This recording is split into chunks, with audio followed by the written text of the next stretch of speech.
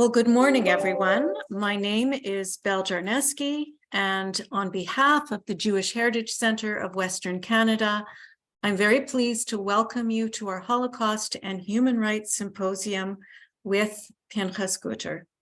I'd like to begin by acknowledging that this event is being live streamed from ancestral lands on Treaty 1 territory. The Red River Valley is also the birthplace of the Métis, and our guest speaker, Pinchas, who I will introduce in a moment, will be speaking from Toronto, which is covered by Treaty 13, signed with the Mississaugas of the Credit and the Williams Treaties, signed with multiple Mississaugas and Chippewa bands. Together, we recognize the historical fact emphasized by the Truth and Reconciliation Committee of Canada, the National Inquiry into Missing and Murdered Indigenous Women and Girls, and as acknowledged by the Government of Canada, that the Canadian government and various religious and secular organizations that predate the country perpetuated a genocide against the Indigenous peoples, and that elements of that genocide continue to the present day. And we affirm that our own commitment to never forget must also include confronting attempts to destroy Indigenous culture and nationhood and condemning attempts to deny that historical reality. We'd like to thank the sponsors of the symposium and of our work throughout the year, the Grossberg Endowment Fund at the Jewish Foundation of Manitoba, the Asper Foundation, and the Azrieli Foundation. We are also grateful to the Jewish Federation of Winnipeg for their year-round support. Thank you too to the Holocaust Education Committee of the Jewish Heritage Center of Western Canada and to the staff. It has been 21 years since our first symposium, and for 19 of those years, the symposium took place at the University of Winnipeg. Up to 2,000 students from grades 9 through 12 gathered each year to listen and learn as a survivor of the Holocaust, Nazi persecution, or subsequent genocides shared their painful stories. Last year, we moved to a virtual format, and much to our surprise, we found that we were able to triple our 2020 attendance. We were also able to include students in northern Manitoba and even as far away as Alberta. We have also been able to make this program available to students in middle schools and universities and to the broader public. And today I'm happy to welcome many people logging in, many groups and students from Saskatchewan. We are numbering well over 2,000 today. In 2002, the late Elie Wiesel said, "Whoever listens to a witness becomes a witness." Now, nearly 80 years since the end of World War II, the memory of the Holocaust itself is under siege through denial, distortion, and conspiracy theories. Recently, in an academic paper co-authored by University of Ottawa professor Jan Zbigniew-Grabowski, he found that a dedicated group has for some 15 years manipulated Wikipedia in ways that lay blame for the Holocaust on Jews themselves and absolve Poland of almost any responsibility for its record of anti-Semitism. As the world continues to experience an ever-increasing rise in anti-Jewish hate, it often seems as if the world has sadly learned nothing from the fact that by 1945, the voices of 2 out of every 3 European Jews had been silenced forever, that 6 million men, women, and children were murdered simply because they were Jews. The youngest of our survivors, those few children who survived the inferno, are nearing 90 years of age, and many who were in their teens at the time of the Shoah are now well into their 90s. You are among the last group of students who will be fortunate enough to hear a survivor speak directly to you. We are counting on you to remember this day throughout your lives and to take on the responsibility of being a witness. Now, before I introduce our speaker, a quick word of housekeeping. First, a reminder that this webinar, as I said, is being recorded and will be uploaded to our YouTube channel. Please enter any questions you have in the Q&A box at the bottom of the screen, and Pinchas will respond to them later on in the program. Now, we'd love it if you would include your name and your school, but of course, if you prefer to ask your questions anonymously, that's okay too. It is now my honor to briefly introduce our honored speaker, Pinchas Gutter. Pinchas is a survivor of 6 German Nazi concentration camps who now lives in Toronto, Canada. He was born in Lodz, Poland, and was 8 years old when the war started. Pinchas, along with his parents and twin sister, fled to Warsaw, where they were confined in the Warsaw Ghetto for 2.5 years. They were captured in April of 1943 and deported to Majdanek death camp in occupied Poland. The Nazis murdered Pinchas's father, mother, and sister upon arrival. Pinchas was later sent to a succession of camps, and he was liberated by the Soviet army from the camp and ghetto in Nazi-occupied Czechoslovakia, known as Theresienstadt, on May 8, 1945. After the war, 13-year-old Pinchas was taken to an orphanage in England. He later lived in France, Israel, Brazil, and South Africa, and eventually settled in Toronto in 1985. Pinchas and his wife Dorothy have 2 daughters and a son. He's a very active member of the Holocaust survivor community and also one of the pioneers of an innovative project called Dimensions in Testimony, in which a life-sized holographic image shows museum goers, students, and others, and allows them to have a conversational interaction with these eyewitnesses to history to learn from those who were there. Pinchas has been the subject of 3 films: The Void, Political Polish Jew, The Story of Pinchas Gutter, and The Last Goodbye. The latter is a virtual reality experience that allows viewers to travel to Majdanek concentration camp with Pinchas as he tells them about his early experiences there. The film premiered to high acclaim at the 2017 Tribeca Film Festival and took home the Virtual Reality Documentary Jury Prize at the 2018 Lumiere Awards. In 2019, Pinchas himself dubbed the virtual reality film into several new languages with the intent of bringing the film to global audiences. His memoir was published by the Azrieli Foundation, and I know that some of you have already received it and looked at it with your students. The book is also now available as an audiobook, and I encourage you to get in touch with me if you would like more information of how to get the book and the recording as well. And so, Pinchas, I'm so honored to turn over the virtual microphone to you. So good morning to everybody, or good afternoon. I'm not quite sure what the time is in Winnipeg, but I would like to start off by just repeating something very important. That is the demographic of Łódź, where I was born. The demographic were as follows. There were about 750,000 people living there, of which 100,000 were German-speaking Polish citizen, just like everybody was a Polish citizen, and they were left over from the original occupation of Poland over 150 years by the Russian, the Prussian, and the Austro-Hungarian empires. There was no Germany at the time. There was Prussia, and that was it. And so they were left over. They were a very important part of Łódź because they brought the textile industry. And Łódź became the second largest textile industry center in Europe after Manchester in England. And I think I just put that in time because it's got something very important for what later came on. Now, I was born into a very religious Hasidic community. The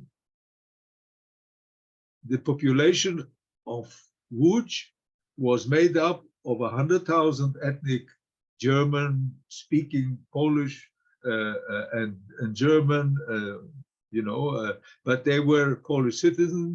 There were 250,000 Jewish Polish citizens, and the rest were Catholic and other Christian faith. So that made up the population of Łódź.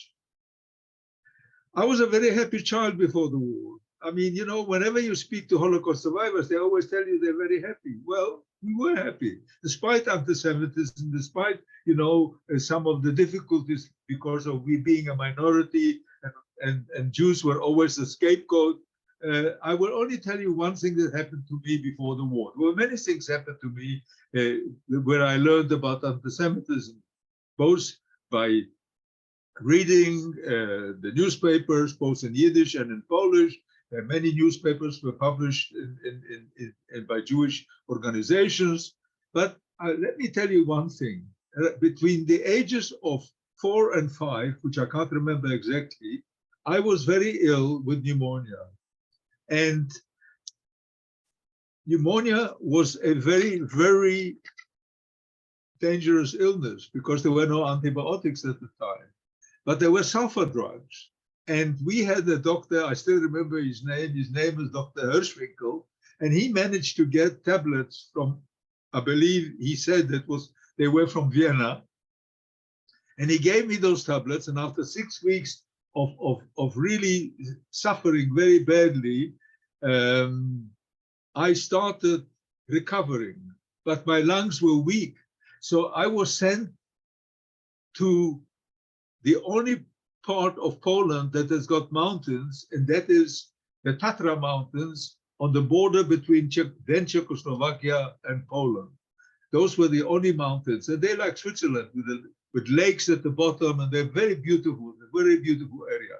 And there you drink the waters, the special waters you drink to bring up, and then you also inhale the wonderful air, and you try and recover, strengthen your lungs. And I lived with górale, the mountain people. In Polish, it's called górale. And, and my grandfather, my maternal grandfather, was a farmer. So I was very familiar with animals, with horses particularly, which I love. And we lived together in tents, together with the animals and everything else. And I was a very happy child. Why was I happy? Because I didn't have to study. I didn't have to say my prayers every day like I did at home. And I was a very happy child. And I also loved music, although there weren't any musicians in my family. So every Sunday in the local park, the local orchestras, the fire brigade, the police, the army, some schools used to come, and there was a bandstand, and I used to run down from the mountain, and I used to sit on the grass and listen to the music. On the way back, there was a beautiful church, and Poland is a Marian theocracy. The Holy Mary is the patron saint of Poland. Her place in Częstochowa, where I was subsequently a prisoner, is a place of pilgrimage, one of the great pilgrimages. And that particular place is where the Holy Mary is situated, and when Poland suffers, she weeps.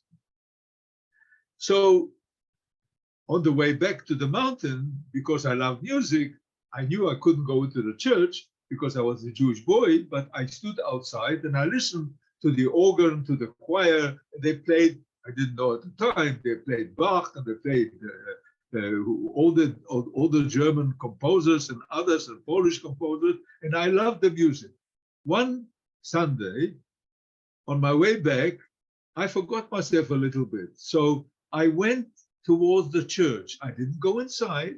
I just knelt on the first step going into the church. It was a lovely, beautiful church. It's still there.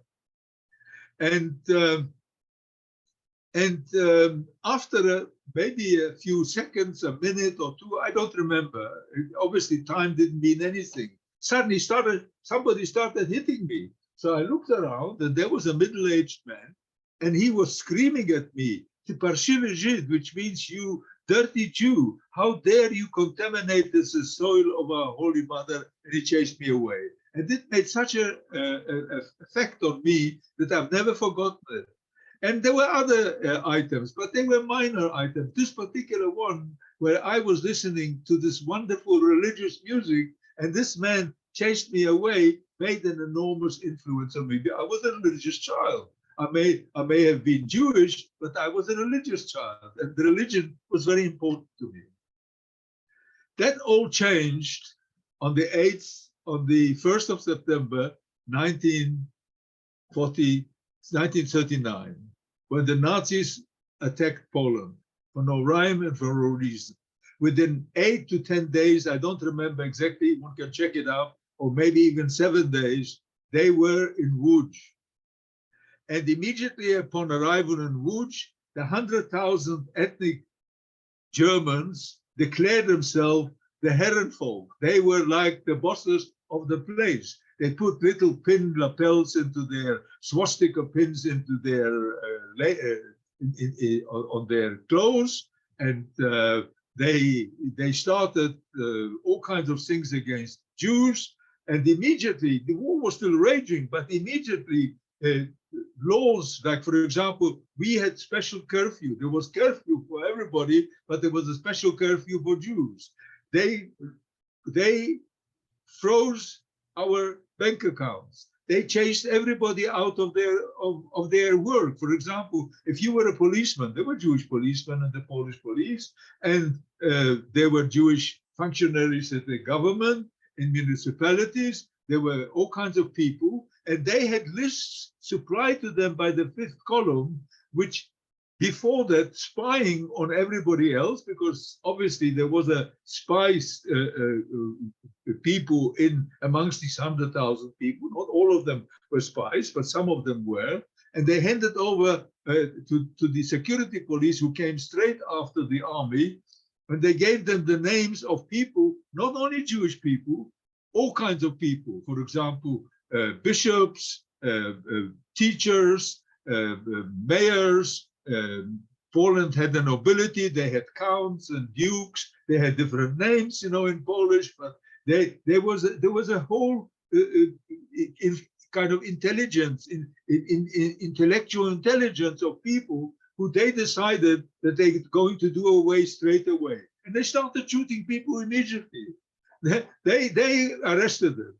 And my first encounter with the Germans, with the Nazis, was we had two little apartments with the interleading door, because my parents looked after my grandparents, my father's parents, who lived in Warsaw, in Łódź. And we had two little apartments with the interleading door.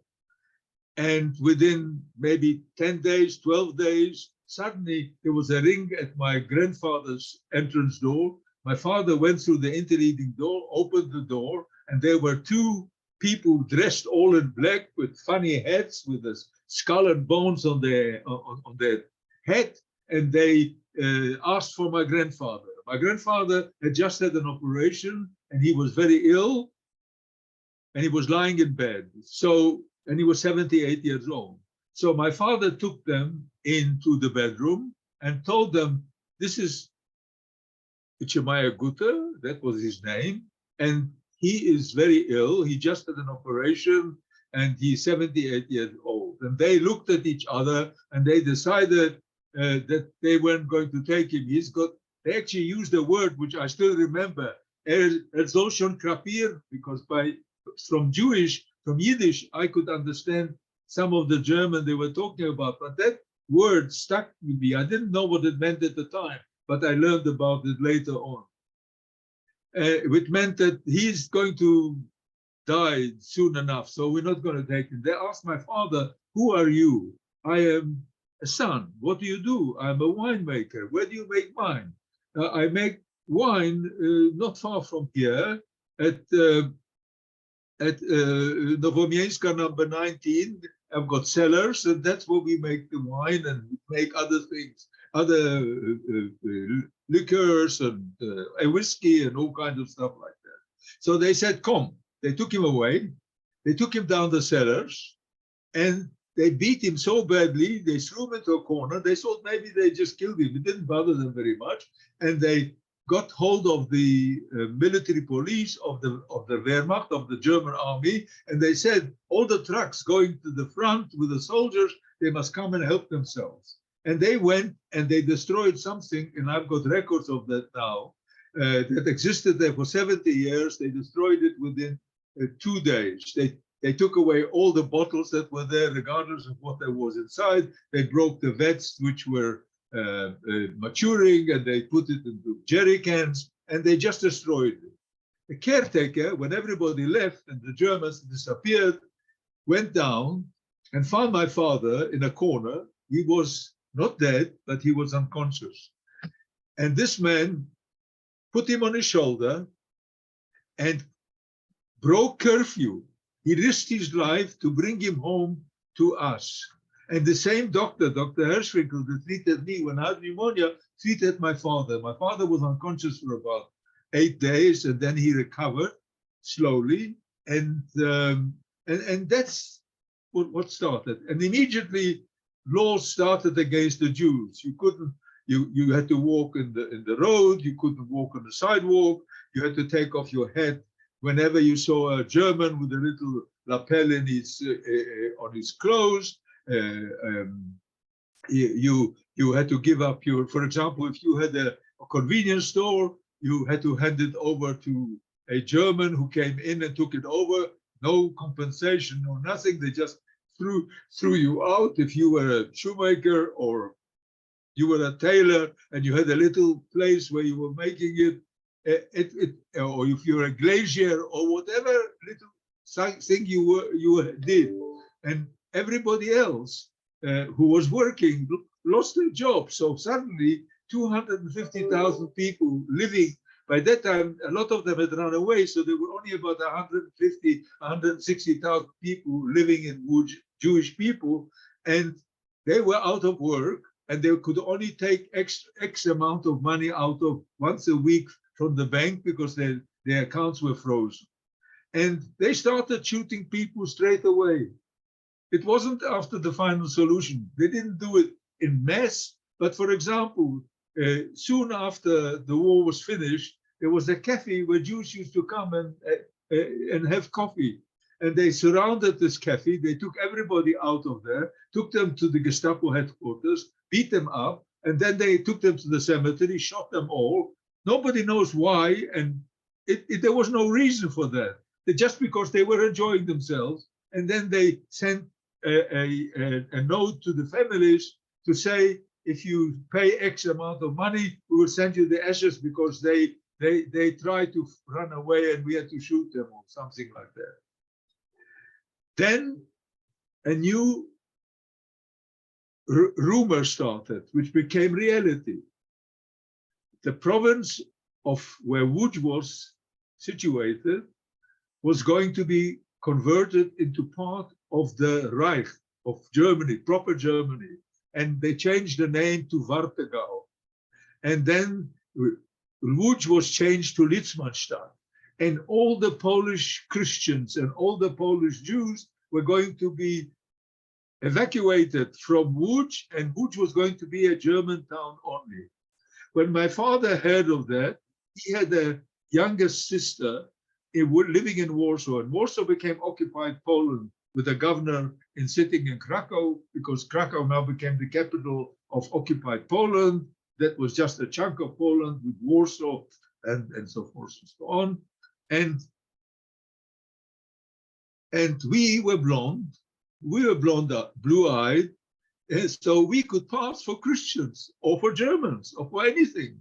So my mother cut my side locks because, you know, a Jewish boy has got side locks, Hasidic boy.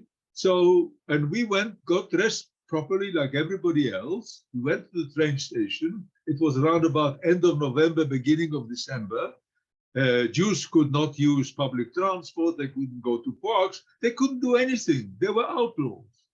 And we went, and nobody stopped us. My mother bought the tickets, and we went to Warsaw, and we joined our aunt. She had a small apartment at number Elektralna, number 14 in Warsaw. And there were already, by that time, enough people. By the time we came, there were 17 people there. And this little boy, who was not afraid, don't ask me why I wasn't afraid, couldn't stand in the home. So I found it very claustrophobic with all these people. So I would run around in the streets, and being blonde and blue-eyed, nobody would stop me. Nobody realized that I spoke pure Polish.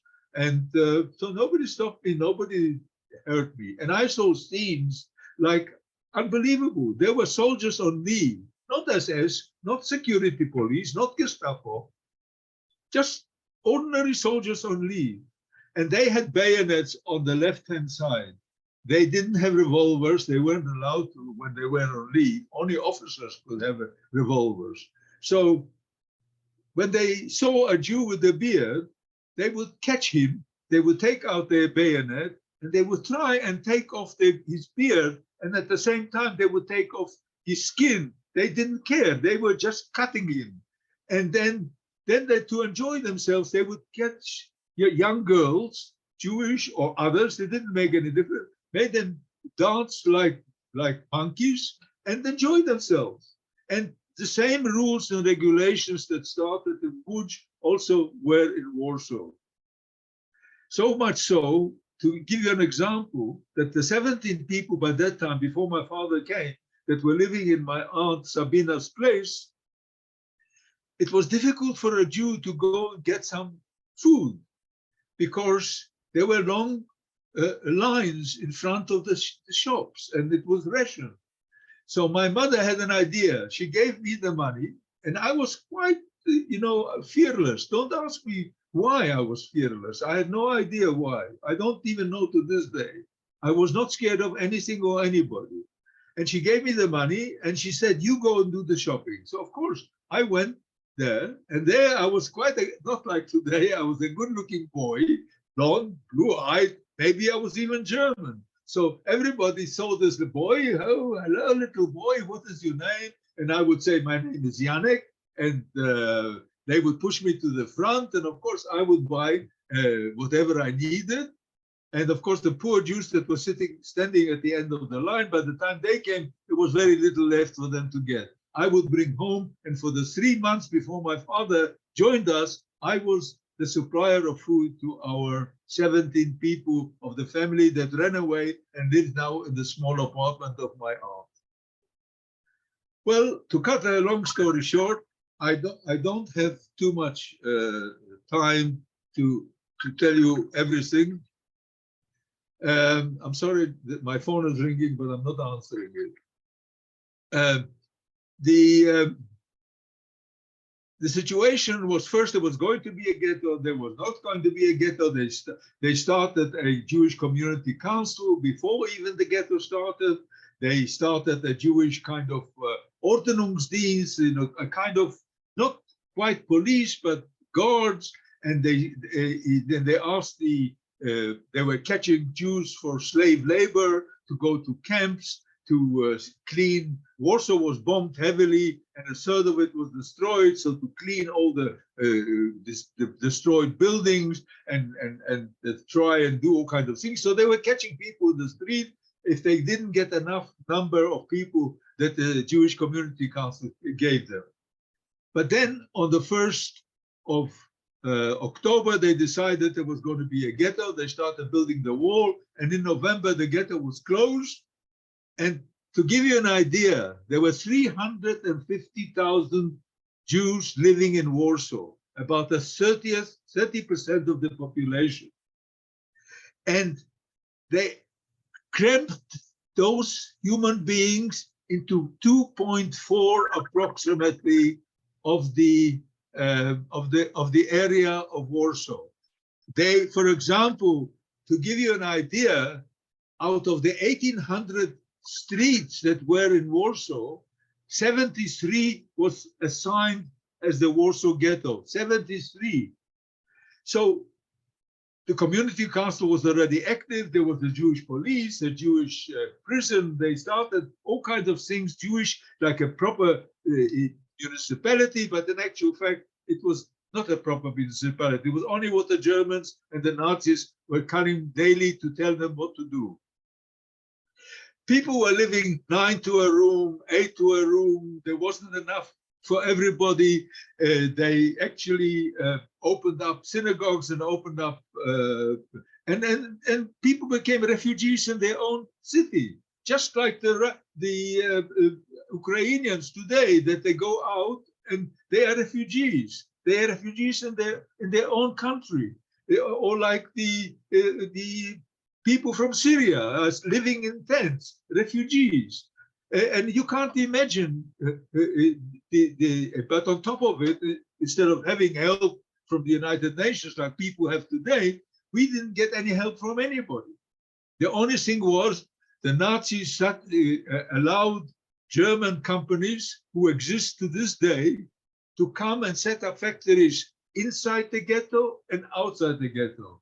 And they used slave labor. So a lot of people started working for the German army, for the German commercials, and they were making money and they were giving very little food. I'll give you an example. Our rations was about 180 calories a day per person. If you were working hard, you got a bit more. But if you were a family, like we were a family of 4, then our rations were 180 calories each person. If my father didn't work for a company. So the situation became really very dire. It was a schizophrenic situation. It was an apocalyptic hell. And from the beginning of 1941, it was the end of 1940 and beginning of 1941, they brought in all the surrounding little towns, they cleansed them of Jews and brought them in. So by the middle of 1941, there were close to 450,000. Some people say 500,000, but I can't tell you exactly how many there were. They brought them all in. And people were living in the streets. Not only that, they also brought people from Germany, from Austria. So it was unbelievable what was happening there. The food was scarce. There was no place. People were living one on top of the other. Illnesses started. Tuberculosis, typhus, all kinds of illnesses. People started from living, Poland is just as cold as Toronto, or even colder. And people started dying in the streets. And this little boy was running around. My father, because he was a winemaker, and because the Nazis set up a black market, and Polish Christians were allowed to come into the Warsaw Ghetto.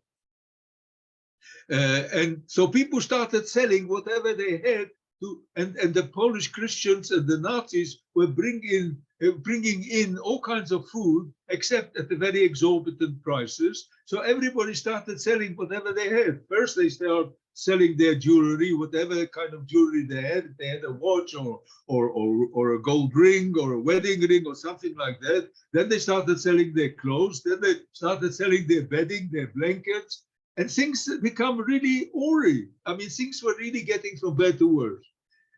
Despite the fact of all that, human beings are really not, are really very difficult to put down.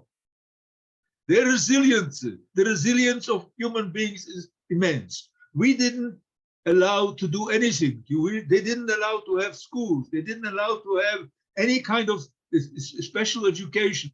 But we had underground universities. We had where people started to learn how to become doctors.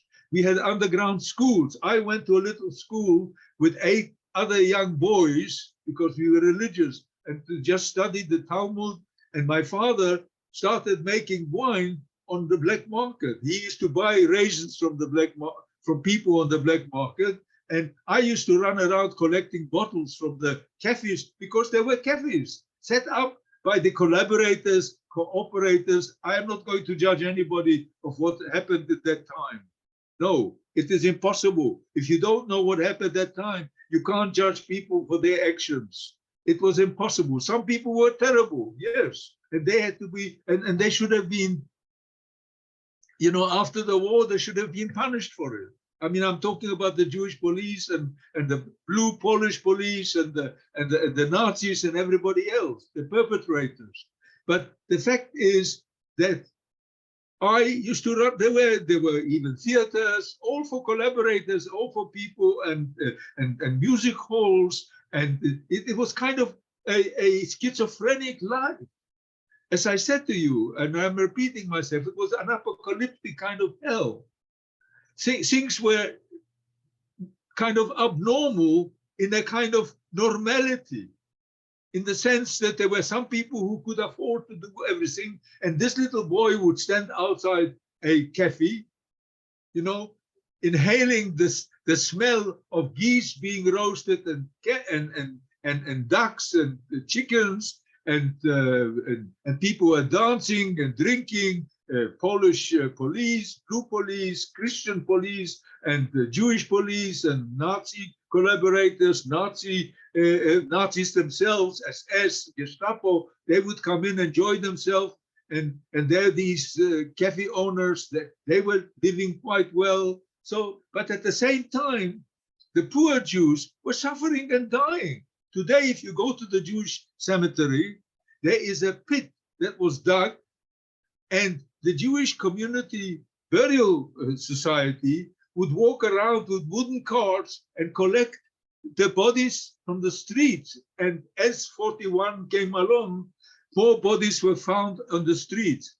Tens of thousands of people died in the Warsaw Ghetto in the streets. And they used to take them on these carts and throw them into that pit without prayers, without anything. It was just unbelievable what was going on in the Warsaw Ghetto. And I won't delve anymore because I think I told you enough. This lasted until the 22nd of July of 1942. Suddenly, placards appeared on the walls, and the placard said that because of unemployment, because of sickness, because of this and that and the other, some people are going to be resettled. They didn't use deportations. They didn't use, you know, sending you by force. They said resettle. And if you come to the station, which is, they decided the Umschlagplatz, where you're going to be resettled by train, then you are going to get 3 kilo bread. You're going to get a kilo marmalade. So in the beginning, people used to go, you know, voluntarily. They had nothing to lose. They were living in the street. They were dying. So they went to try and find a better life.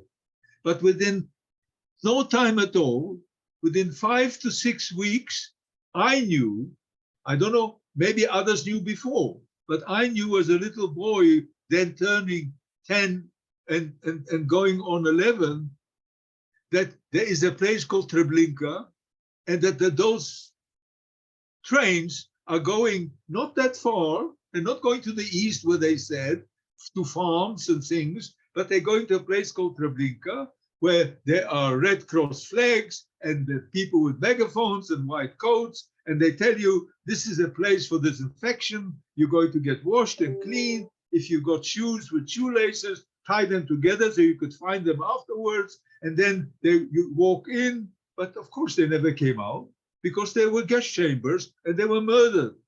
And in those days they didn't have crematoria in Treblinka, so they were actually burning them in pits. And you could actually, the smell of the burning bodies was all around, and the Polish farmers around the area would say that the Jews are burning. So everybody knew what was happening. And so some people which were used for labor by the Nazis to help them sort the clothes which they were going to send back to Germany, smuggled themselves back to Warsaw, and they told everybody what happened. Now, a lot of people didn't believe it, but my father, maybe because of his experience of having been beaten in the Warsaw Ghetto, in Łódź, when the Germans came. He hid us. So we managed to be hidden and escape the deportation until the 13th of April 1943. And during that time, before that, between January and April, they dug the front of the building where we were was destroyed. You know, buildings in Warsaw, mainly in Poland, unless in the small towns, are built as quadrangles, like 4 or 5 stories high. So the front of the building was destroyed, but the rest was okay. And my father, we lived in a tiny little apartment, enough for just the 4 of us, because it was like a schoolroom, divided half a kitchen and a half, where the 4 of us slept.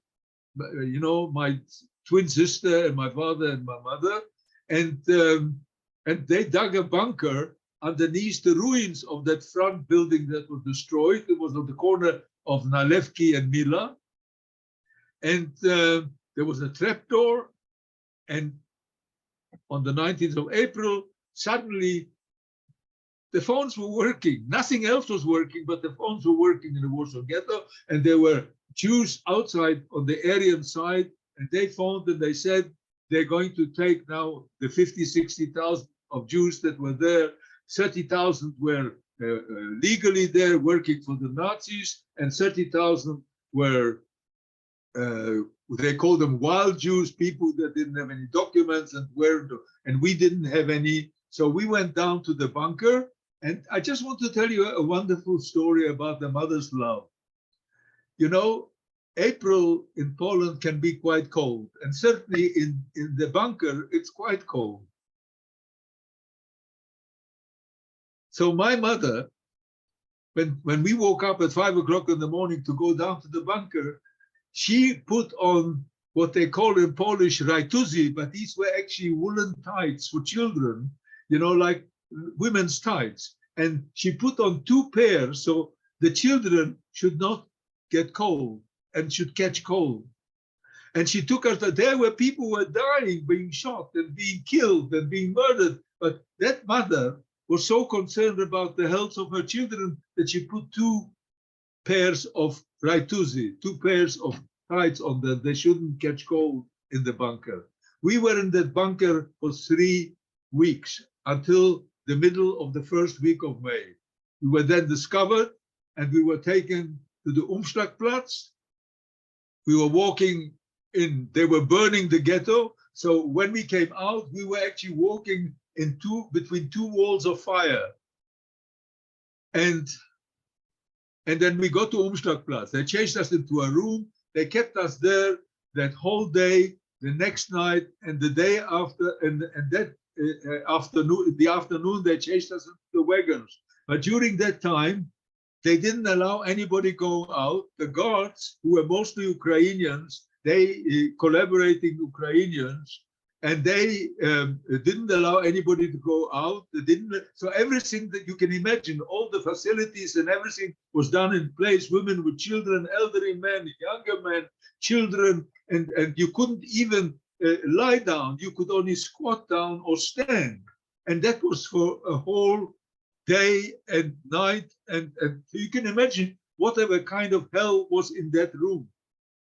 If you had some gold or something, they would give you a bottle of water. The guard at the door would give you a bottle of water. So I saw my father taking out my mother's wedding ring, and he went to the door and he gave it to the guard, and they gave him a big bottle of water. So he came and he gave the children a bit of water. They never touched it. He also had a sock which he saved with sugar and a teaspoon. So he gave us a teaspoon of sugar and water, and that's it. He didn't, not my mother, not my father touched it. They only looked after the children. We were chased into the wagon, and I thought, well, you knew we were going to Majdanek, we were going to die, but I don't know how long our journey was. I know we arrived at night at a place, and we thought that was Majdanek, but we found out, people started saying, no, this is Lublin. And then they started chasing us out of the wagons. Many people, not half, I don't know how many, but many people died from suffocation because they pushed so many in the wagon. So and the weaker people, older people died, so they took them out and they put them on the side. And all the people that were reasonably could walk, they walked us towards a camp which was very near the town. And we found out afterwards that it was Lublin, and that the camp was called Majdanek. And when we arrived there, they started sorting out. They were shooting and killing and dogs and chasing. And they divided men from women, women with children, women without children, children on their own. And my sister was separated from my mother. My mother was standing with the women. And I was with my father. And my father must have known something. So he said, I was a head taller than my sister, although we were twins. And he said, you must say you are 5 years older. In other words, I was 11, and I would say I was 16. And then my sister saw my mother, so she started running, and she had this beautiful big blonde braid. She was very proud of that. And so as she was running, I was watching the braid, and she was hugging my mother. And I can see the picture today. And she was hugging my mother, and I was watching the braid. And unfortunately, since that time, I forgot. I have a photographic memory. I remember everything and everybody, but I cannot remember anything about my sister. We lived together 11 years. We were born together. We were in our cots together. We used to run around bush together. We used to go to get the cholent, and she would walk on one side and I would walk on the other holding the pot. I know she's walking next to me, but I can't see her. And you can imagine the first time I told the story, I broke down, because not even a photo in my mind is there of my twin sister. And then they took everybody away first, and we were standing there. And then when everybody was taken away, the women, the children, and everybody else, when we waited, eventually they chased us into a barrack. They told us to undress naked. And then we were running with our hands in the air, and a man stood there in a white coat with a stick and pushed us right, left, right, left, right, left, right, left.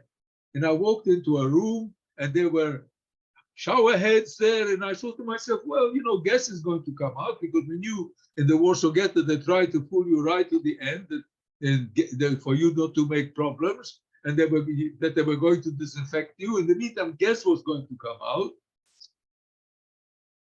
So I started saying my prayers, but in my case, water came out. And then after we got washed and cleaned, we were changed into another barrack and given the striped prison clothes, a prison round hat and wooden cloaks. And I ran out on a new, was going to be a kind of some kind of organized column or something, and a roll call. And I was looking for my father, because I thought, if I am alive, then my father. So this is not a place where they kill you. But of course, I couldn't find my father.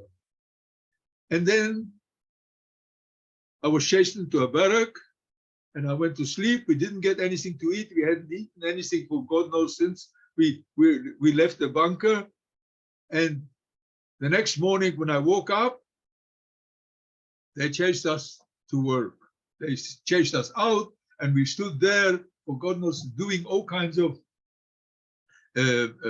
characteristics, mitts and up, and all kinds of things, jumping up and jumping down, and until the SS came and counted us, and then we had to work. That camp was a camp of terror.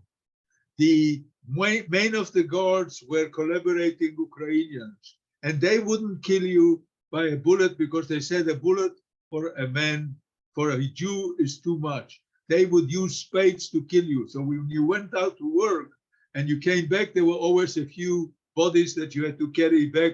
They were killed because they weren't working fast enough, or because they didn't like them.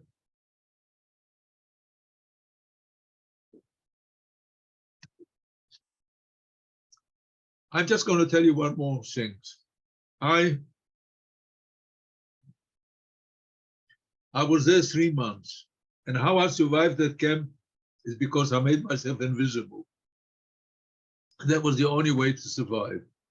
And then after 3 months, fortunately, providentially, I was sent to a so-called working camp where they worked you to death because there were no gas chamber. If you couldn't work anymore, there were selections there too. They would take you to the forest and they would shoot you. They were prepared, the graves, and they would shoot you. But when I arrived to that camp, there was a Jewish administration, cooperators, collaborators, just like in the Warsaw Ghetto, and there was a Jewish police, and they helped the Ukrainian. Also, the Ukrainians were they were called Verkshoots, and they were the guards. They were the ones who had the guns and the bullets and all that, and they were the ones who do the shooting. But the Jewish police had rubber truncheons, and they were assigned to take people to work and back. Now, I was assigned to a policeman called Katz, and this policeman asked everybody who was assigned to him their name. And when he found my name, he said, "Look, I am from Łódź. I know you parents. I know you family. You're going to work for me, and I'm going to try and look after." And we work 12 hours a day, 12 morning shift, 12 night shift. And he says, when you come back from the night shift, from the day shift, because I work mostly day shift, then my wife is sick. She's got TB. She's lying in bed, and I want you to become her nurse, to wash her, to clean her. She soils herself, and try and feed her a little bit. And I'm going to try and look after you, because the police and the collaborators, the Jewish administration, had separate barracks, and they had enough to eat. They were allowed to have, some of them, even their wives and children. So they were in a much better situation than the ordinary people that worked in the halls. And then I was fortunate again that I worked for Katz, and we worked on the firing range, and the firing range was outside. So he didn't work where they made the hand grenades, where they made the mines, where you worked with picric acid, and the picric acid used to eat through because you didn't wear protective clothing like the foreman, like the Polish Christians that used to come from the towns and villages to work there on daily basis, and they wore protective clothing with masks, just like fire brigade people, but we didn't. So these acids used to eat you. I had a cousin who came from Łódź while I was there, the one I was at his wedding actually in 1938. And he only lasted 3 months because he worked with this picric acid. And that used to eat up inside. You became yellow, like a canary. I was there for a year because of the help of Katz. So I survived a year. At the end of the year, and this is my last story I'm going to tell you about, we came back from work, and there was a selection. We were told to stand in rows of 5 and then go to the commander, the German commander, who was actually a Viennese policeman. And he sat at the window, and he asked you had to give your name. So you said your name, and he made a tick. And then you went away, and after everybody gave their names, we were chased into the barrack, giving our little bit of food for the day and told to go to sleep. Now, we were always woken up at aube because we worked from dawn to dusk. And so we were woken up, but we didn't send to work. We were told to go outside and stand in the rows of 5 in a kind of columns.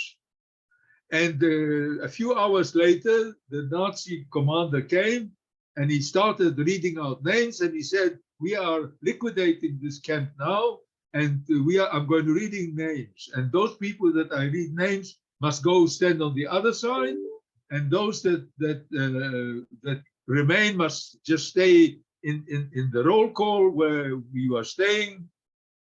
And he started calling out names. He called out my name, called out my best friends at Yaakov, And we stood there. And suddenly he also called out the mother of the camp doctor. There was a kind of, clinic, but the clinic was a place where they put people who were sick, and they would take them every few days. They would come, a truck would take them out, take them to the forest and shoot them, because if you weren't arbeitsfähig, if you couldn't work, you weren't allowed to live. But she also used to treat the Ukrainian families who had their homes not far from the camp, and even Germans. She was a fine physician, and she was very well regarded by the camp commander, the German commander, and he would always walk with her. We saw her; they were smiling, talking, and she had a mother who lived in the special barracks for the administration. So he called out the mother, but he didn't call out her. So the mother went across to where we were standing, and suddenly the daughter ran up to him, pulled his sleeve, and I didn't hear her, but I assumed she said, "Please, please, let me go with my mother. Why don't you let me go with my mother?" And he pushed her back and wouldn't allow her to go. And she didn't let go of his sleeve. And eventually he lost his temper, and it didn't take much to him to lose his temper. He called the mother and took out his revolver and shot them both. So we looked at each other and we knew this is a selection, because all the people that were yellow, all the people that were in rags, all the people that were thin and looked like they on their last legs were standing on that side being called. And that this was obviously a ruse that we were going to go by train and the others were going to walk. So we started running away. Well, where do you run? I mean, you are surrounded by electrified barbed wire. So how can you run? But the barracks were built on stilts. And I actually first jumped into a chest where the dead bodies were. And I thought maybe I'll save myself there. And then I was so terrified that I jumped out, and I went and I kind of burrowed myself underneath one of the barracks. So of course, as soon as everybody started running, the guards, the Jewish police, and they brought more SS in with guns, and they started looking for everybody, and there was going to be a new appel, a new roll call. And the roll call was going to be, everybody was going to have to be there. And if they found people hiding, they would shoot them on the spot. There was no more nonsense about walking or going by trucks or trains or things like that. And again, providentially, I was found by Katz. So Katz pulled me out and he said, "Look, I'm going to try and help you." He took me to the police barrack. He took all my rags off. I had no shoes anymore. I had paper and with wire around my feet, because they never gave you any. Once your pair of shoes was broken, you never got anything new. So he combed my hair, he washed me, he gave me complete clothes, underwear, proper shoes, high boots, a proper hat, and and a jacket, and I looked like a human being. His wife had died about 4 or 5 months before, so he still had lipstick. He rubbed it into my cheeks to make me look healthier, and he said, "Go out, with God's help, he won't choose you. He's now going to go from row to row, and then pull out people, because if he's got 400 or 500 people to be killed, then he's going to have 500 people, regardless whether they are good, bad, healthy or not." And he went from row to row to row. He came, I was standing in the front row, and Jakob, my best friend, was standing next to me. Unfortunately, he was in rags. But he came and stood in front of me, and I saw that he was going to actually choose me because he recognized my name or something. But he didn't. Without looking, he took his hand and pulled Jakob out of the row where we were standing, and he threw him into the hands of either a policeman or a guard, and they took him, and they were guarding the place, surrounded, and they were holding hands, and anybody that tried run away between their legs, they would shoot them on the spot. And that was that. And then when they had enough people on his list, they took them away in trucks to the forest to shoot them, and we were chased into the barracks, and the next day we were sent to the next camp. So I spent another 3 months in Poland in a place called Częstochowa, in a very difficult camp where hard work was. It was like Hamilton. It was a steel making place where you had a ration of 2 trucks. I had to load 2 trucks of iron on a daily basis, but the food was better, so you could survive. And the Jewish camp commander was a very nice man, as opposed to the woman that was in charge of our previous camp. So he arranged with the Nazis that we never saw a German inside the camp, only the Jewish police. And to my mind, nobody ever died in that camp. And nobody was shot.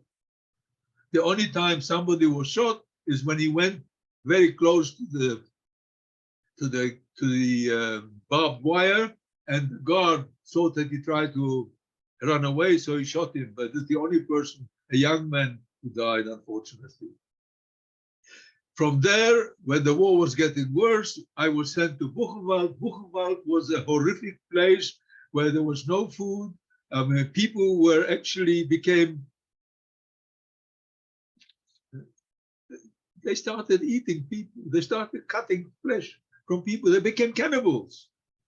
And the administration then became, of the camp, was in German hands, German communists. And they tried, when they saw youngsters like us, to try and help them. So I used to get a potato from time, maybe a piece of bread, and from time to time some water. But in actual fact, if I had stayed there for long, I would have not survived.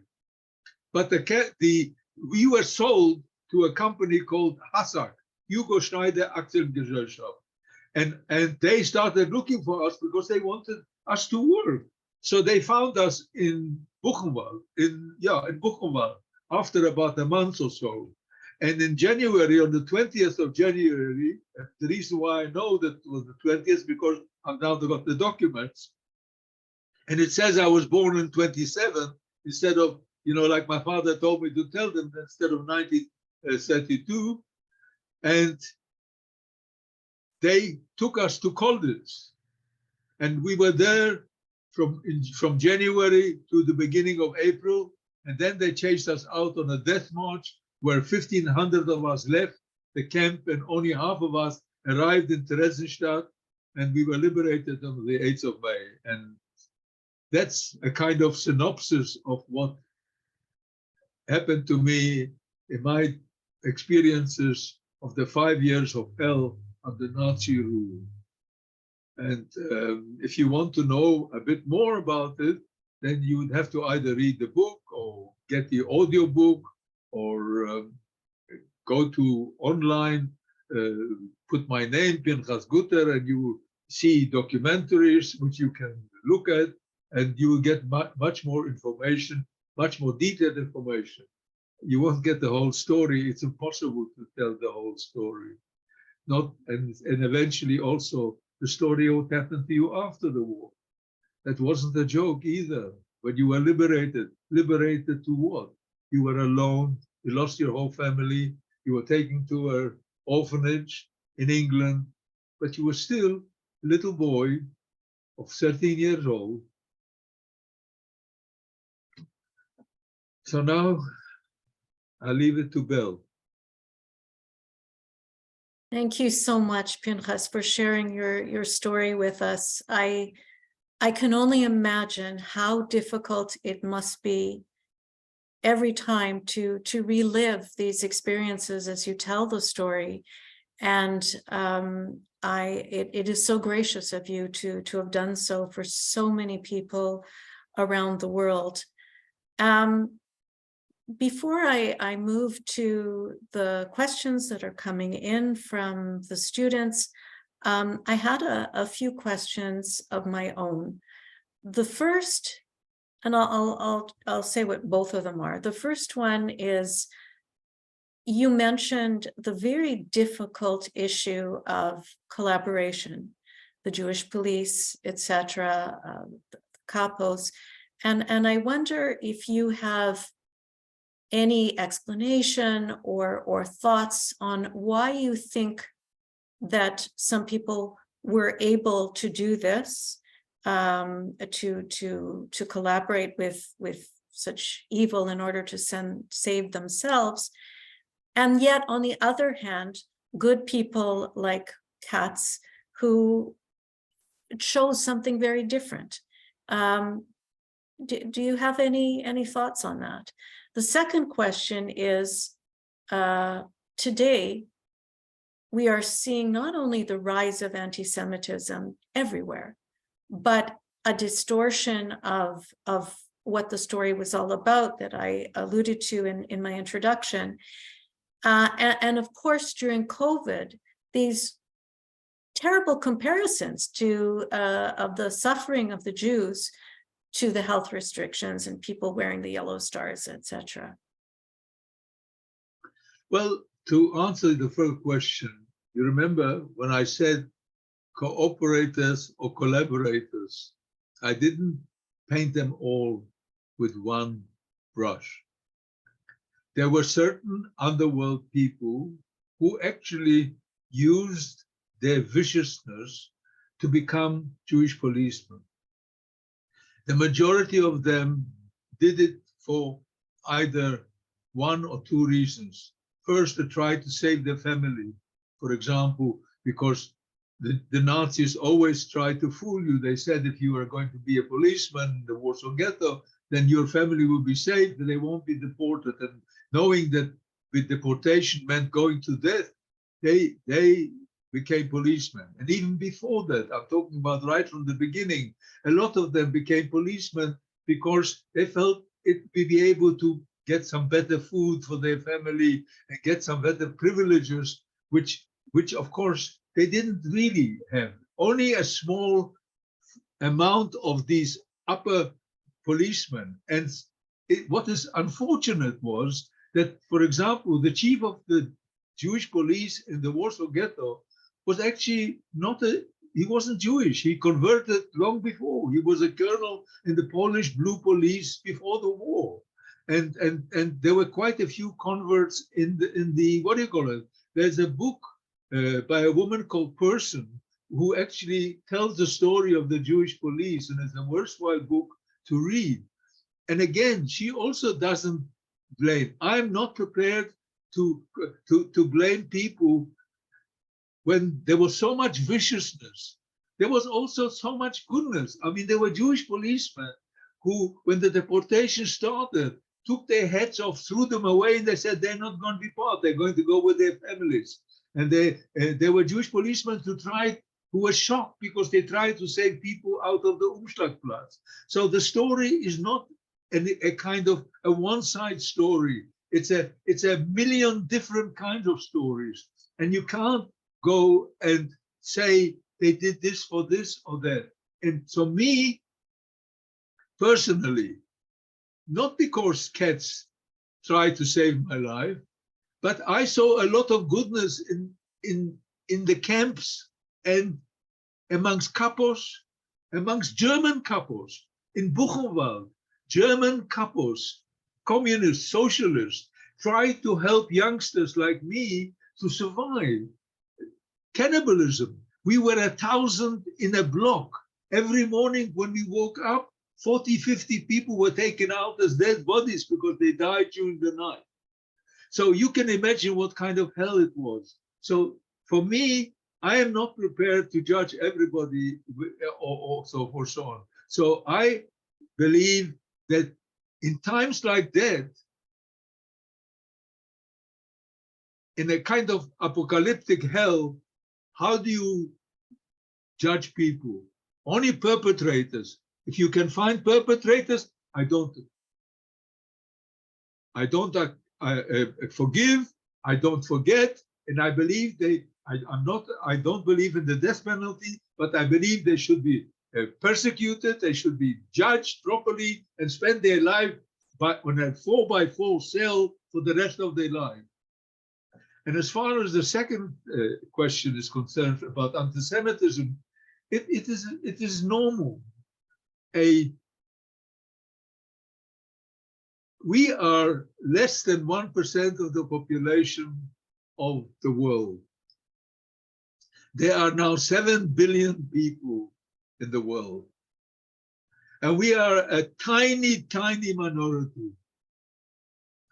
And for some reason, we have been chosen to be a scapegoat. And the reason why is because it started that way. It started originally with a Christian church, with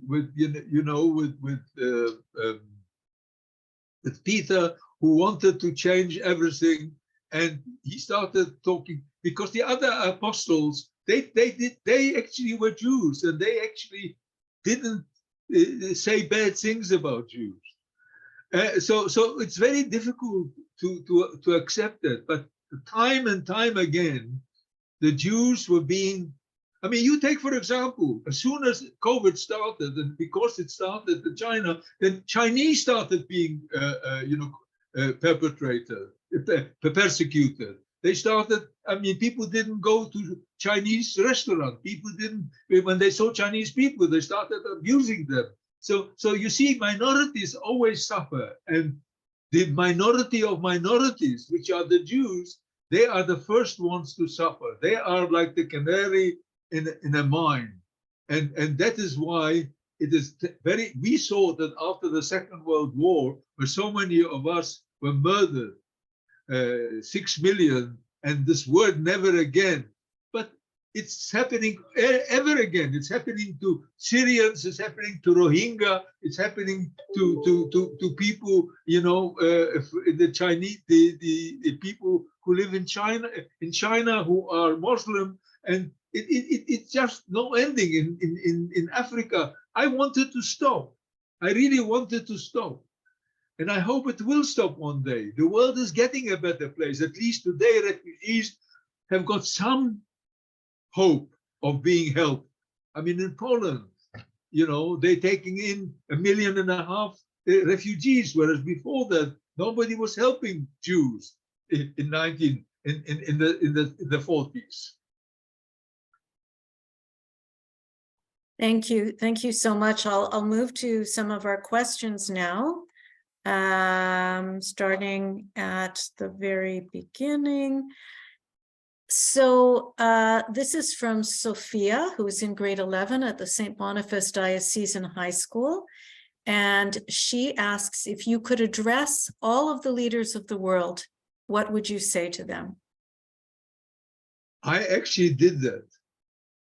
In 2018, I was at the commemoration of the, I always forget, of the commemoration of the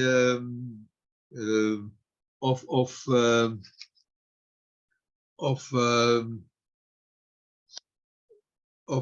genocide. The creator of genocide. I've forgotten his name.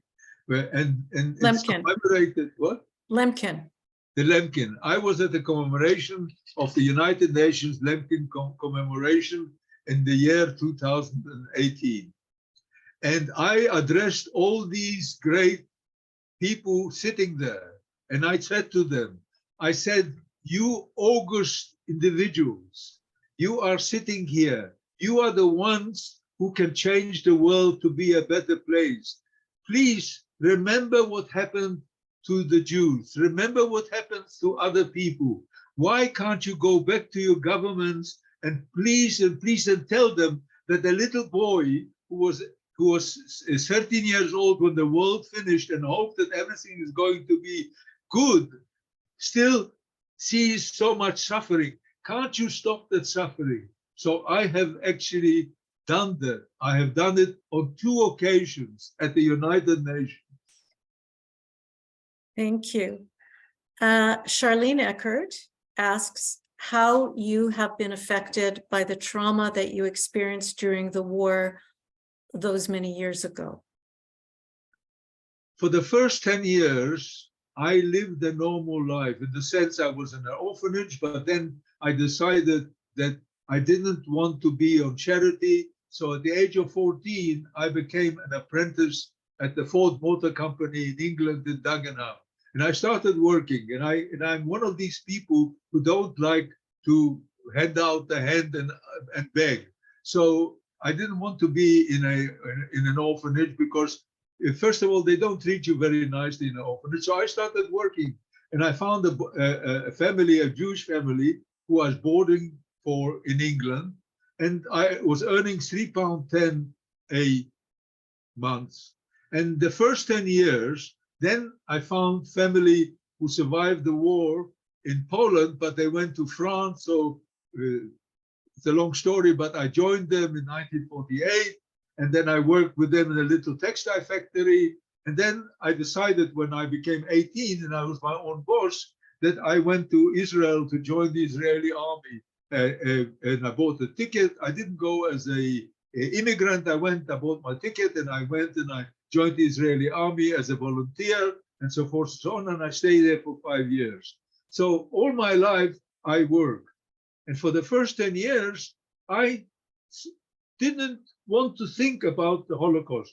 It somehow, my brain allowed me not to think about it. There was only one time in Paris when I was working, it was around about 1949 or 1950, that I had a dream that I was being gassed. And I screamed, and my cousins heard it, so they calmed me down, took them into their bed, and they calmed me down. I was still a young boy, and after that, nothing. But then 10 years later, my brain did another thing. I was eating my lunch on a Saturday, I fainted, and then I started having nightmares. And since then, I started suffering quite a lot. And it was Dorothy, my wife, who saved me, because, you know, I got married to her, and and we had children, and I had to work. We were very poor.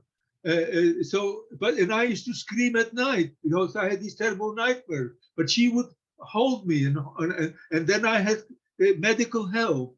And despite the fact, for many years, I was extremely, extremely poor. And we had 3 children by that time. So I had to work, and I had to suffer, and I had to get medical help. But eventually, in 1975, I suddenly became much better. And inside, Holocaust is there. But what I've done, I've managed to control it. And by being able to talk about it, it was quite late when I started. When I went with my family back to Poland in 2002, although I started talking about it before, but when I went with my family and I said prayers in front of the mound of ashes in Majdanek, where my father, mother, and twin sister ashes are lying there, it became cathartic. And it kind of like, I shared it with my family, they shared it with me. So it was much easier. But it's not a joke to become a Holocaust survivor, or anybody, or an army volunteer. We all suffer from the experiences, and they don't run away. We just have to come to terms with it, and to cope with it, and to live with it. And we need help. And fortunately for me, I have a wife called Dorothy, who was an angel, who saved my life. And also, I might add, I should ask you, we know today, of course, about the second and third generation and the effect of the parents' trauma. Have you noticed any of that transference or the epigenetic effect in your own children? Well, that's again, it was my wife took complete control of my children. She went to the school when they had, you know, a teacher and school. I mean, the teacher talking about what's going on. I never went. I was at work all the time. And she looked after the children, and she sheltered them. We slept on the top floor, and they slept on the bottom floor. So they didn't hear the screams, and she kept on taking them to concerts, to everywhere. She was like the guardian angel of the children also. So although it affected them to a certain extent, but not enough to actually, like some other Holocaust children who I have met, because I happen to also be the co-chair of the Canadian Holocaust survivors and their descendants. So I am very much involved in community work. I've been involved in community welfare for the last 40 years, both in South Africa where I lived and here since 1985. I've always dealt with community. I'm not interested in politics. So I know what happens in others. So fortunately, now I've got two great grandchildren.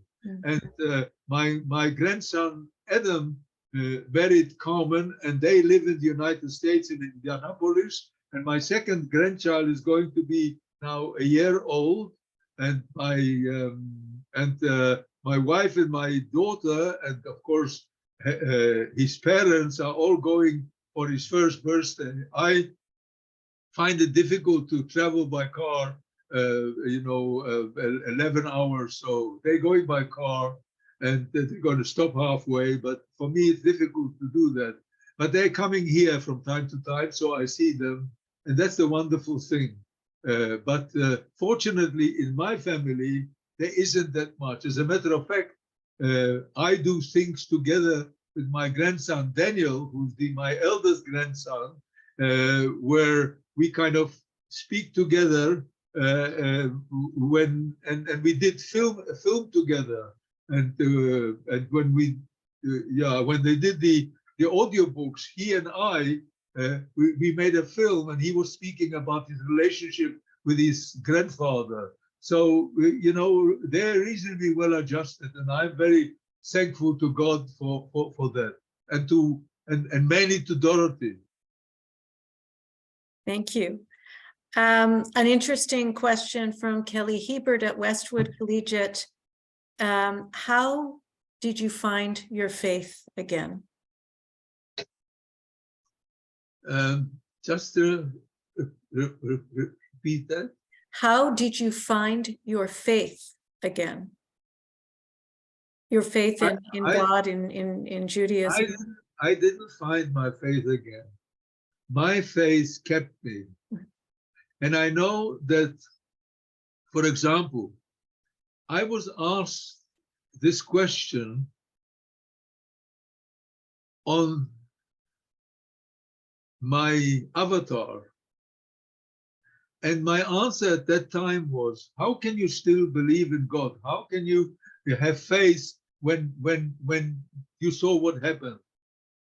And my answer, if you ask that question on New Dimension, the testimony, and I've done that after in person, is because people ask that question. It's very important. This question is an important question. And I say to them, when God created human beings, and we are all equal, it doesn't matter what kind of signs we use, whether we use a cross, whether we use a crescent, whether we use a Magen David, a Star of David, or any kind of sign, or there was only one God that created the world, and we just serve him. And he created us equal in his own image, and he gave us free will. And when he sees what we get up to, God weeps. I completely agree with you. Thank you. Kyle from Oak Park would like to know why you chose to settle in Canada. It's a long story, which I'll cut short. My wife is a South African. She wasn't a Holocaust survivor. Her parents emigrated from Lithuania to South Africa long before the war. And she and I met in Israel, in Jerusalem. She then went back to London. It's not important why. She had a reason to go back to London. And in those days, people who were in Canada or in England, in South Africa, they could go and live in England as English subjects and work and so forth and so on. And I followed her. And then her parents and her family all lived in South Africa. And they wanted us to come to South Africa. And I said, why should I go to South Africa when I know that South Africa is a slave country where apartheid is the norm and the government is discriminating against black people and others. And I'm not prepared to do that. I'm not prepared to go to a country which is that. So we went, we lived for a while in England, where I tried to educate myself. I earned some money in France and in Israel. And by the time we got married in England in end of 1956, but officially in the synagogue in January 1957. And I had some money left over, so we lived there. And I tried to get educated because I thought maybe I'll get some kind of university, but I didn't manage. I didn't have enough money. So I had to find work. And I found work in Sao Paulo in Brazil. I looked for work. I always look for work. So I went to Brazil. By that time, we had one child. Eventually, we finished up. My wife became pregnant with our son, who was there, and they told her that if she doesn't want, and Brazil was just as bad as South Africa. Officially, the constitution was all nicely, but there was a dictatorship, and people were treated like dirt. I mean, if you weren't 1% of the population and you were wealthy, you were a nobody. And you were also treated, colored people and other Asian people were regarded as like second-class citizens. So then her parents wanted us to come back because they had grandchildren. They wanted to come back, and her mother was pushing. The doctor said if she doesn't go immediately back, because in those days you went with ships, that she won't be able to go. So in February, she left Brazil. And I had to stay there until I got permission. And in those days, the South African government didn't like allowing Jews.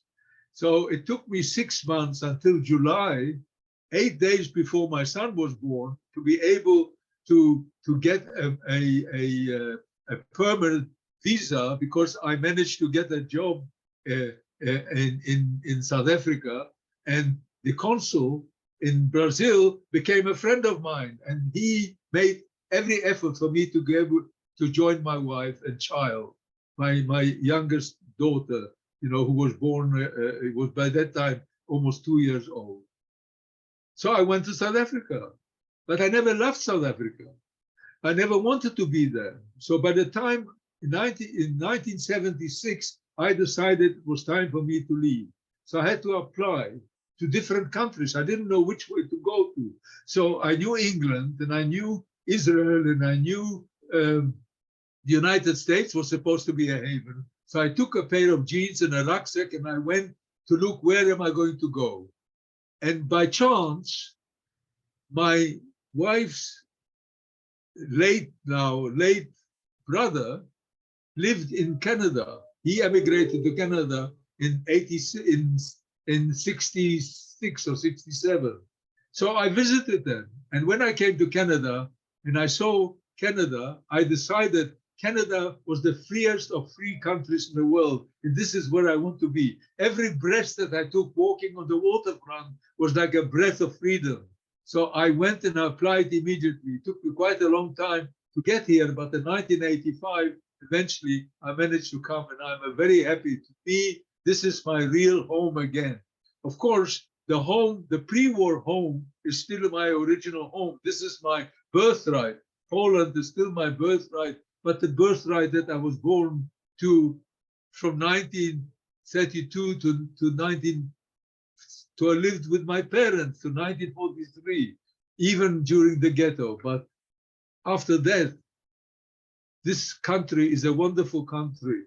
And even with its difficulties that it has at the moment, with some of anti-Semitism, it's still a wonderful, wonderful country. And I am the most happy person. And I brought my children here, except one, the one that was born in England. She lives in England. She got married there. And that's and I've got one grandchild in England, but that's the reason why I'm living here, and I love it. I think we have there's so many excellent questions coming in. We have time for perhaps a few more, if that's okay with you, Pinchas.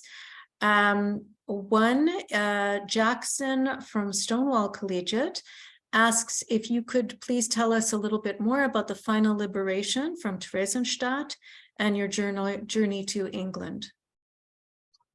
And that is a very interesting story.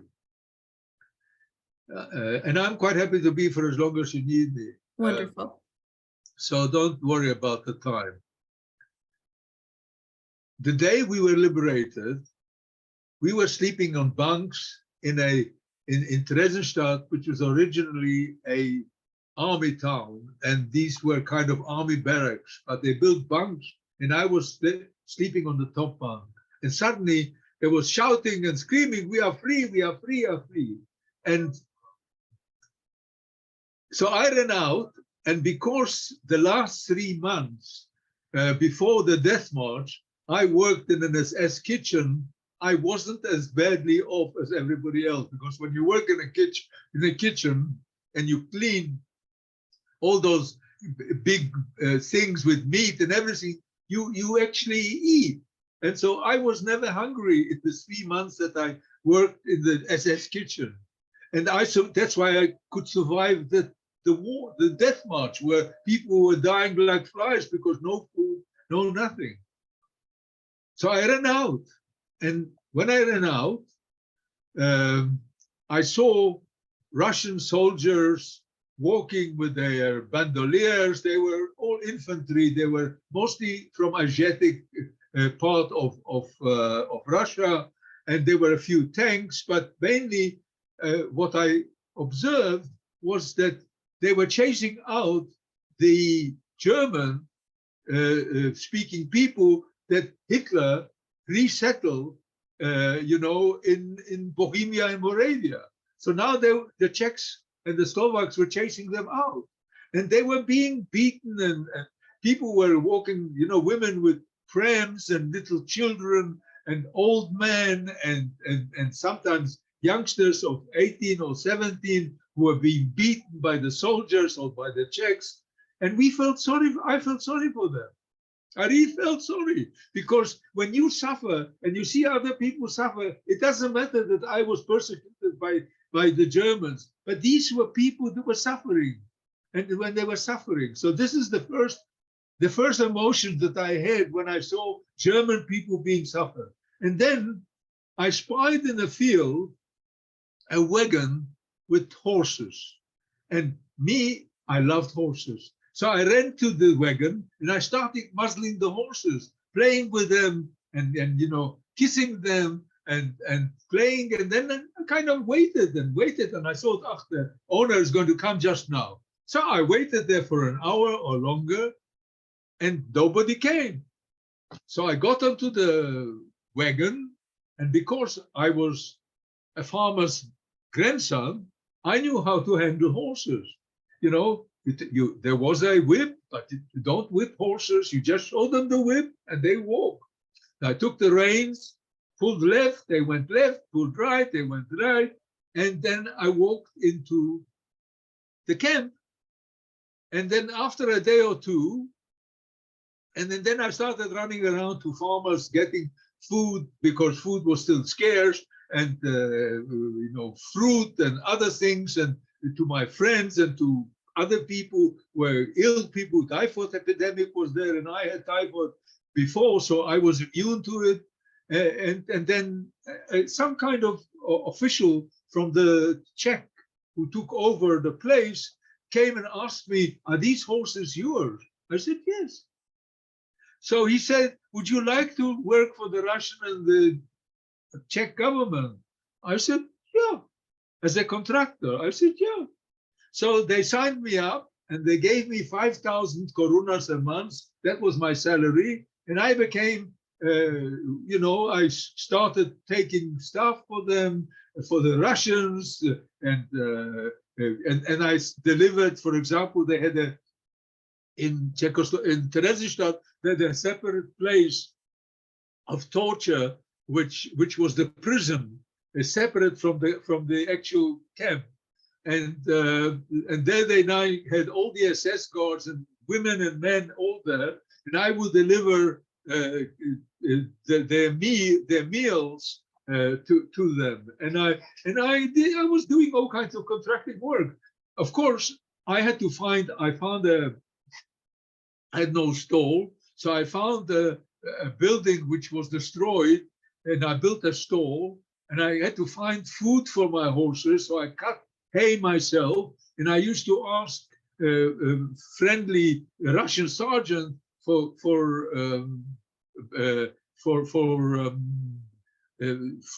German food for the horses, a special food that horses eat. So I spent 3 months with it. And then after 3 months, they decided that anybody who is under the age of 16 can go now to England.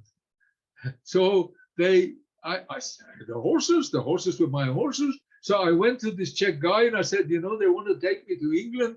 Now I want my horses. I can't go without my horses. So he said, he was very clever. He said to me, and I was a child, so I believed everything. So he said, look, horses can't go in airplanes. You're going to go to the Royal Air Force to England, so to an orphanage. But we are going to make sure that the horses are going to go by ship. And when they arrive there, they're going to be yours. And we are going to let you know. And of course, that's the last time I saw the horses. But I cried because to me, the horses became like my family. And then we were in an orphanage. And then, as I told you before, after 9 months, 3 months in rehabilitation in a place called Lake District near Windermere, a place called Troutberg Bridge, a place where they had a camp for officers, where they trained officers during the war. We each had a little room. And for the first time, I slept in proper bedding and everything else. And then I went and I was sent, because I was a religious boy, I was sent to a yeshiva, to a Jewish seminary to become a rabbi, except I didn't want to become a rabbi. And I ran away after 9 months and I got myself a job. And if you want to know more, you have to either read my book, or even that doesn't give you everything. But maybe one day I'll write a book about what happened to me after the war. I think that would be terrific. Now, I know you've been back to Poland, and there are a few people who have asked what that was like coming back to Poland the first time, I suppose, and subsequently after so long and after the war. The first time, it was both terrifying and cathartic. And the funny thing is that the first time I went to Poland, I didn't want to go to Łódź. I didn't want to go to places which were terrifying. I wanted to go to places where I had a nice time. So we went to Krakow, and from Krakow, it's very near to Szczawnice, where I was a little boy on the mountain, living with Górale, with the mountain people, and where I wanted to actually also justify all my memories. I have a photographic memory, but you have to justify them. So we didn't go to any camps or anything like that. The first thing we did is we went to Krakow, which is a very beautiful town. And from there, we drove to Szczawnice, and I told them everything that happened. I went up the mountain, went down the mountain. They saw the park, the bandstand was kind of it was in a bad way, but because it was blocked up with cardboard and things closed up. I don't know. I'm talking about, this was 2002. I'm not sure why they closed it up, and or maybe they wanted to rebuild it. And so it was terrifying for me to actually do anything that was not so beautiful. And so my life was beautiful in that part. So this is where I wanted to experience it. So then I told them all the good things that happened to me before the war. My wife was there, my children were there, Stephen Smith was there. He was the guy who actually persuaded me, Dorothy and he persuaded me to go back with the family. And then, of course, we went to Łódź. Łódź was a very bad experience because they were very anti-Semitic there. And in the hotel, we only stayed there. Of course, we went to the cemetery and I found the grave of my grandmother who died in 1932. My grandfather remarried, and we used to call my grandfather's second wife, because in the religious community you don't allow a person to be for a whole year. He grieves, and after that, if he's a man, he has to marry, not be alone. So we used to call her Auntie Granny, Ciocia Babcia in Polish, Auntie Granny. She was our Auntie Granny, and we found the grave of my original grandmother, my father's mother, and that was the only thing we found. We couldn't even find the place where I was born, because there was they changed the numbers, and it was very. I found it afterwards, and you can see it in the documentary which was made by the Hebrew University. Then I'm standing outside the building, which actually I found they changed the numbers from 54 to 68, and it was but that's a condemned building, and that is where I'm standing in front of. So then we went to Warsaw, and the moment I arrived in Warsaw, I started being terrified. I couldn't stand Warsaw. I tried to run away from Warsaw. And the last thing, we went to Majdanek. And in Majdanek, I said my prayers in front of the ashes. I said Emol Rachamim, I said Kaddish, and then it became kind of more cathartic, and we all cried, the whole family, including Stephen. We were just holding each other and crying, and it became easier. And of course, immediately after that, after the day, we went home. So it was both good and bad, the first trip. But since then, I've been 20 times with students and others, and college educators, bishops and nuns, and from the United States, and with the Catholic universities from New Jersey, and the College of St. Elizabeth, and I've been all over the world and doing that, taking people to Poland and telling them what happened. And it's not easy. It's not easy, but it has to be done. I think it is important, and now it's become a duty. It is a duty, and once it becomes a duty, you don't argue with it. A duty has to be done. So the stories have to be told. You want to make, you have to say what happened. You have to show what is happening now. I mean, I can't stand it when I see what is happening to the Uyghurs, to the Rohingya, to Rwanda, to what happened in Kosovo, what is still happening in Kosovo, how the Serbians, persecute the Kosovars, and what is happening in Hungary, where the so-called Gypsy, the Roma, are being persecuted, where people even in indigenous people here. I'm very much involved with the indigenous community. I made a film which won with a survivor of the in Sudbury. I made a film with a survivor of the schools, of those special schools that they said took the children away, the indigenous children, and to Catholic schools. And I made a Holocaust. I made a picture together, a documentary, which has won prizes. 17 minutes. She tells her story, and I tell my story together, and we try and do something. I've been very much involved with other indigenous people working in the University of Toronto to try and I've been trying to organize a March of Remembrance and Hope and a March of Living for Canadians to go to camps where, where the Indigenous people live, to listen to their stories.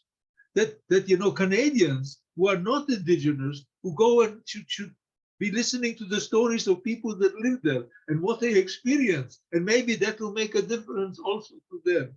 So to me, that is very important. Could you give us the name of the film? I'm sure that a lot of us would love to see it. Well, it's a film that is not online, because it is a film that was made by a woman photographer, and she doesn't allow anybody except you get permission. I will ask her if I can let you have it, and if I can, then I will send it to you, and then you can use it for educational purposes. Thank you. I think that would be wonderful. It's actually, the name of the film is called Without Words. And if you go online, you will see a synopsis of it, kind of short, what it is, it's called Without Words. Thank you. I'm going to ask one more question, and this is kind of a combination. There are several people that have asked this question in slightly different ways. Given your life experience, what advice would you give to youth today, and how can the youth of today make a positive change for the future? Okay. I was going to do this at the end, but this is a very, very good question. And the way I do it is as follows. Everybody knows about the Olympic torch. Now, the Olympic torch is a torch of goodwill that grows around the world to every country in the world, and it's carried by sportsmen. And the reason why is they want to create goodwill amongst the competitors, amongst the athletes, that they should compete in a nice way, and they shouldn't be angry with each other. There shouldn't be any jealousies. They should compete in a proper and right way, and make the world a better place.